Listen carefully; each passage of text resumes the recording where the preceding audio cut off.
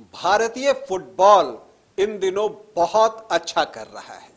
Match एक महीने के अंदर भारत की फुटबॉल टीम ने दो दो कप जो है वो जीते हैं, दो दो टूर्नामेंट जीते हैं, दो दो प्रतियोगिताएं जीती हैं। और ये भारतीय फुटबॉल के लिए आप कह सकते हैं कि अनमोल समय है।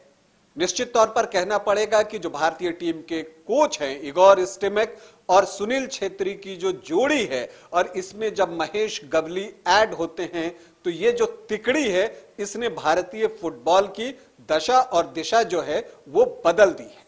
भारतीय खिलाड़ी बदले बदले से नजर आने लगे हैं। आज इन्हीं सब विषयों पर बातचीत करूंगा। नमस्कार, आप देख रहे हैं न्यूज बाइस्कोप और मैं हूं राकेश रंजन। भारत की फुटबॉल टीम ने एक महीने के अंदर दो बड़े टूर्नामेंट जीते। पहला भुवनेश्वर में इंटर कॉन्टिनेंटल कप टूर्नामेंट जीता और उसके बाद जो है सैफ चैंपियनशिप जो कि बेंगलुरु में खेला गया, उसमें भी जो भारतीय टीम की ही ताजपोशी हुई है। तो दो बड़े टूर्नामेंट लगातार जीतने से भारतीय टीम का मनोबल बढ़ा है और इससे निश्चित तौर पर जो जनवरी में एएफसी एशिया कप होना है उसके लिए जो है भारतीय टीम को आप कह सकते हैं कि एक मनोबल मिला होगा, एक उत्साह मिला होगा। और हम उम्मीद करते हैं कि एएफसी एशियन कप में भी जो भारत की फुटबॉल टीम है वो बेहतर प्रदर्शन करेगी। हालांकि वहां ग्रुप टफ है, कौन कौन है भारत के ग्रुप में ये भी बताऊंगा, लेकिन पहले हम भारतीय फुटबॉल टीम जो है वर्तमान की उस पर बात कर लेते हैं। कैसे आ गया ये बदलाव? जो खिलाड़ी कभी बहुत दब के दिखते थे, खास करके जब वो बड़े खिलाड़ियों के खिलाफ खेलते थे, अपने से हायर रैंकिंग की टीम के साथ खेलते थे, लेकिन अब आप देखते हैं कि जो अग्रेशन फुटबॉल में खिलाड़ियों के अंदर होनी चाहिए वो अग्रेशन आपको भारतीय खिलाड़ियों में दिखती है। और इसके लिए निश्चित तौर पर इगोर स्टिमैक को श्रेय जाना चाहिए, जो खुद भी कई बार मैदान के बाहर टेक्निकल एरिया में भी बैठकर जो है वो अपना अग्रेशन दिखा जाते हैं। इसकी वजह से उन्हें सैफ चैंपियनशिप में दो दो रेड कार्ड देखना पड़ा और वहां पर महेश गवली आते हैं। तो ये जो मैंने कहा ना तिकड़ी, महेश गवली, इगोर स्टिमैक और सुनील छेत्री, इसने इन तीनों ने मिलकर जो है भारतीय क्रिकेट की तस्वीर बदलने की एक कोशिश की है और ये उसकी शुरुआत है। अगर आप टीम पर नजर डालें तो सुनील छेत्री का अनुभव तो है, वो 38 साल के हैं। हालांकि उम्र जो है उनके खेल पर कोई असर नहीं डाल पाई है, लेकिन जो बाकी खिलाड़ियों को आप देखते हैं तो कई युवा खिलाड़ी हैं जो कि कम उम्र के हैं और लगातार आगे बढ़ने की दिशा में और बेहतर फुटबॉल खेलने की दिशा में दृढ़ संकल्पित दिख रहे हैं। ये बात जो है भारतीय फुटबॉल के लिए एक बहुत अच्छी बात है।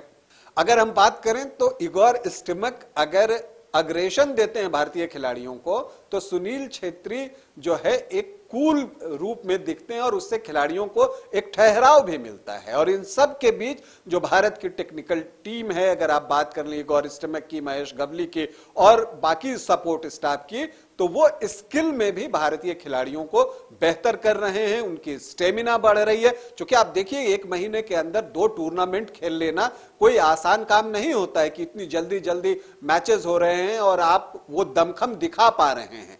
तो ये भारतीय फुटबॉल के लिए बहुत शुभ संकेत है कि स्किल भी, इसके अलावा जो मैंने कहा दमखम भी, और इसके अलावा अगर आप कहें तो जो मानसिक दृढ़ता है वो भी भारतीय खिलाड़ियों की बढ़ी है। और इसके लिए इगोर स्टिमैक और उनकी पूरी टीम बधाई की पात्र है। देखिए दो दो पेनल्टी शूटआउट में मुकाबला गया, लेबनान के खिलाफ सेमीफाइनल में, मैं सैफ चैंपियनशिप की बात कर रहा हूं, और फाइनल में कुवैत के खिलाफ। आम तौर पे जब पेनल्टी शूटआउट में गेम जाता है तो वहां पर जो है आपके मेंटल स्ट्रेंथ की परीक्षा होती है।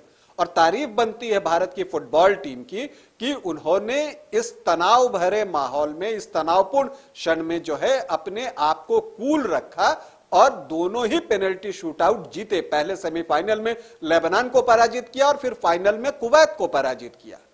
अब इस एक महीने के अंदर देखें तो भारतीय टीम ने 6 देशों को शिकस्त दी है। अगर आप इंटर कॉन्टिनेंटल कप की बात अगर कर लें, अगर आप वहां पर चले जाएं तो वहां पर भी लेबनान था, मंगोलिया, वनुआतू 3 टीमें थी। इसके बाद अब आप सैफ चैंपियनशिप में आते हैं तो भारत ने पहले पाकिस्तान को पराजित किया 4 गोलों से, फिर नेपाल को 2 गोलों से, कुवैत से 1-1 की बराबरी हुई तो फाइनल में कुवैत को पराजित कर दिया, तो कुवैत भी भारत से पराजित हुआ और लेबनान तो पराजित हुआ ही हुआ। सेमीफाइनल में 2-2 बार लेबनान को पराजित करने का भारतीय टीम को अवसर मिला।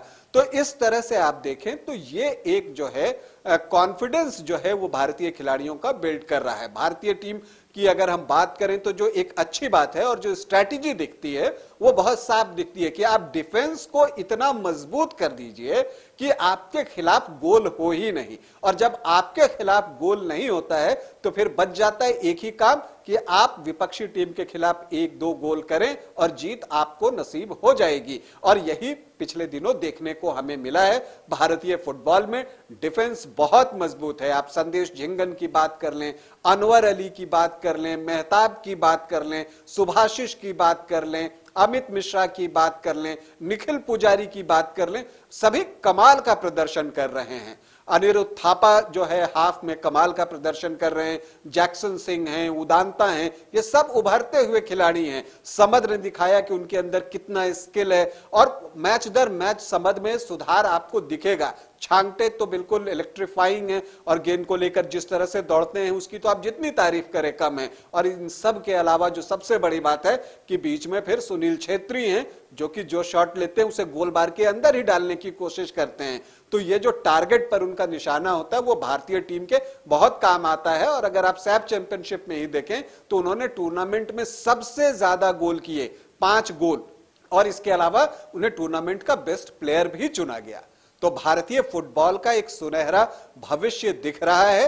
अब जो अगला चैलेंज है और अगली चुनौती जो है भारतीय टीम की, हालांकि वो बहुत कठिन है। जैसा मैंने कहा कि जनवरी में एएफसी एशियन कप होना है और उसमें जो भारत का ग्रुप है वो टफ है, क्योंकि वहां ऑस्ट्रेलिया भी मिलेगा, उज्बेकिस्तान भी मिलेगा, सीरिया भी मिलेगा। तो आपको अपने से हायर रैंकिंग की टीमों के खिलाफ बेहतर प्रदर्शन करना होगा। लेकिन जो कॉन्फिडेंस चाहिए था वो इन 2 टूर्नामेंट से भारतीय टीम को जरूर मिला है और हम उम्मीद करते हैं कि अभी वक्त है तो उन तैयारियों के लिए इगोर स्टिमेक और जो पूरी कंपनी है वो निश्चित तौर पर जो है वो प्रयास करेगी। भारतीय फुटबॉल टीम को हम भविष्य के लिए ढेरों शुभकामनाएं देते हैं। अभी के लिए इतना ही, इजाजत दें, नमस्कार।